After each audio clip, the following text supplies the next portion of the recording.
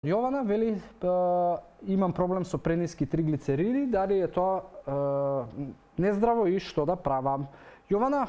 прениски триглицериди зависи колку се прениски, значи ако се веќе на близу до нула, тоа е веќе може да биде сигнал за здравствен проблем, ама ако ти се пониски од оние граници на референтни вредности кои што ги пишува обично од десната страна кога правиме крвна слика, не треба да те плаши, затоа што напротив тоа значи дека прилично здраво живееш, можеби. Ако немаш проблеми со тироидна жлезда, ако немаш проблеми посериозни со дигестија, значи да не одење во тоалет често, подуено, си така натаму, во тој случај не треба да се плашиш со ниските триглицериди и ако сакаш да ги покачиш,